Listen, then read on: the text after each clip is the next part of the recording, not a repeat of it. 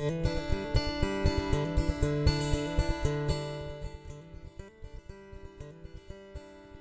in our first update, we showed you the basics of the kit itself, and I reshaped the nose cap and filed and polished the brass ramrod thimbles. In this video, I'm going to show you how I shaped the stock. Now that the ramrod thimbles are all polished, what I want to turn to is shaping the forestock. And there's way too much wood here. You can see how deeply the ramrod is buried in there? That's just not good. What I want is to only have 1/3 of the ramrod covered by these wooden lips. So I'm starting to mark guidelines, I should say, for shaping the wood. So this is where this thimble ends. So this is where I'll blend it back into the tail. This is my 2/3, 1/3 line for shaping up and shaping down. Now what I need to do is reduce this lip.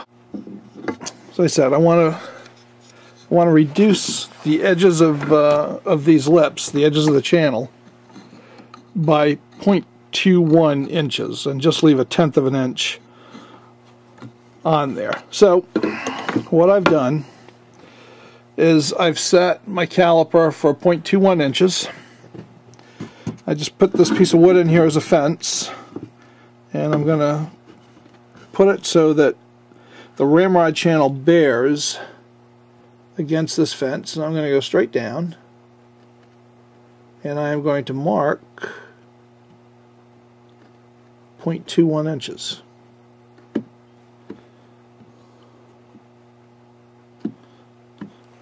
And then I'll do that on the other side, and I'll draw some lines, and we'll be good to go. Okay, now everything is marked. So I've got my 2/3, 1/3 line. I've got the end of my lower thimble. And then this is how much wood I'm going to be taking off from here to here to make the ramrod channel the right height. So now it's just time to start moving some wood around. Well, I'm using a series of wood rasps. I started off with the Sureform tool and got it close, and now I'm using some of my wood rasps to take this down to the line. Well, I've brought the ramrod channel down to the line we scribed, so now I'm going to be able to have a much more slender profile on the forearm. And back here I'll have to start tapering this back and blending it in, because I can't go down much on the sides here without opening too much of this tail. So this is pretty much going to be my dimension, even though I'm probably going to be taking it down quite a bit in here. But we got the ramrod channel. Now we're going to start shaping the stock to get the final contour to it, so we can sand it, finish it, and make it work.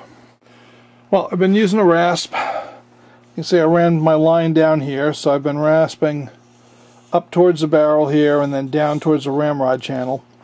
On this side, I've left this alone for now, and I just want you to see the difference between the two sides. I've only done one side, so you can see how very blocky the left side is and how we're starting to get a contour into this side. Now I still have to smooth all this in, get rid of this line, right, and just make it nice and egg-shaped all the way across, and we'll be good.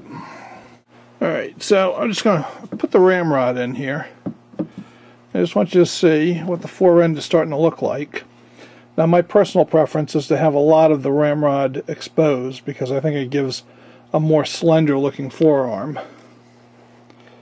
But you can get a pretty good idea of how much wood we've taken off just by looking at this side versus this side. So time to kind of finish this side off, and then I'm going to work on the other side. This is why I didn't put a final polish on this this nose cap, by the way, because we're going to be dinging it with files and all sorts of stuff before we're done. Then we'll polish that up. But I didn't mind polishing these up because they're actually not going to be inside the stock while I'm working on it. Well, I'm going to try to add a little bit of interest by putting a little beaver tail on the end of my my lock and side plate panels. So I've got a 3mm V-gouge, and I'm just cutting this out. Now I am not a skilled carver, so we will see how this goes. And I'm sure that many of you are much better at this. But I'm just going to cut this penciled outline out, and then I'll relieve the edges once I've got kind of this relief gouged.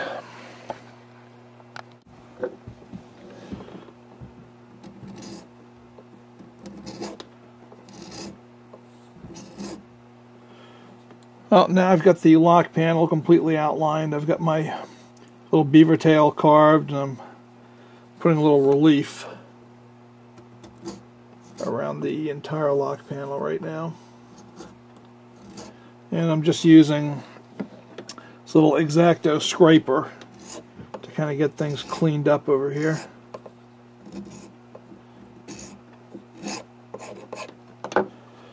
So here's the lock side, which is roughed in, and in contrast you can see we've got the side plate side, which is still to be done. Well, we've got the lock panels done on both sides, the side panel and the lock panel.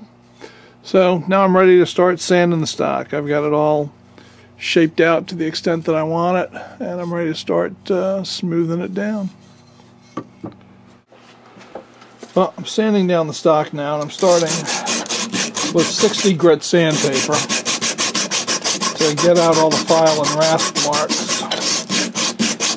I'm trying to sand with the grain. You can see, and the butt's a little bit of a pain because the grain goes across this way.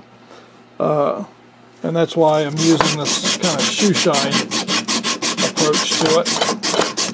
But I'm going to go over the whole stock with 60 grit, and then 100 grit, and then 120, 220, 320, 400, and 600. And it's easy to chip this wood out, which in fact I will show you. I've lost a little divot right here, and that's just, I'm not happy. But that's just the way it is. I have to kind of work with that. But keeping the barrel in the stock keeps wood from cracking out. Now as I get up in here, I'm going to have to pull the barrel out to sand some of this, but I'm going to keep it in for most of the sanding that I'm doing. Get that tight.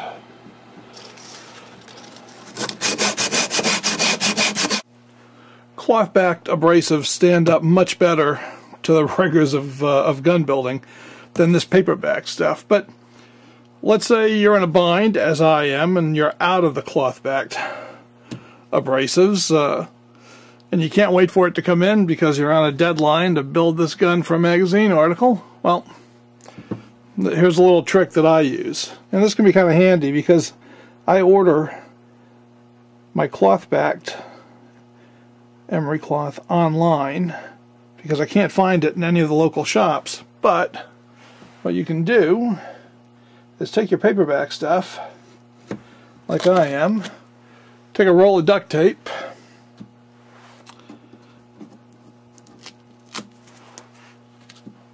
and back it,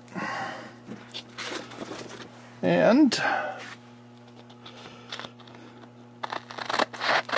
I'm just going to cut this piece off with the tape on it, and it will stand up to whatever I need it to do.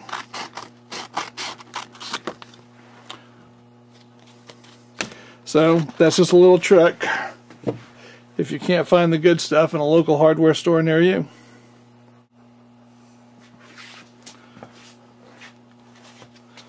So now I can take my duct tape back sandpaper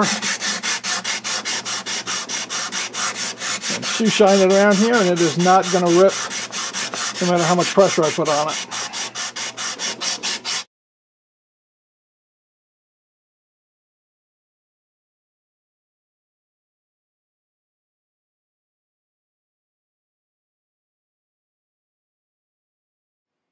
For the stain, I'm using Homer Dangler's reddish brown stain.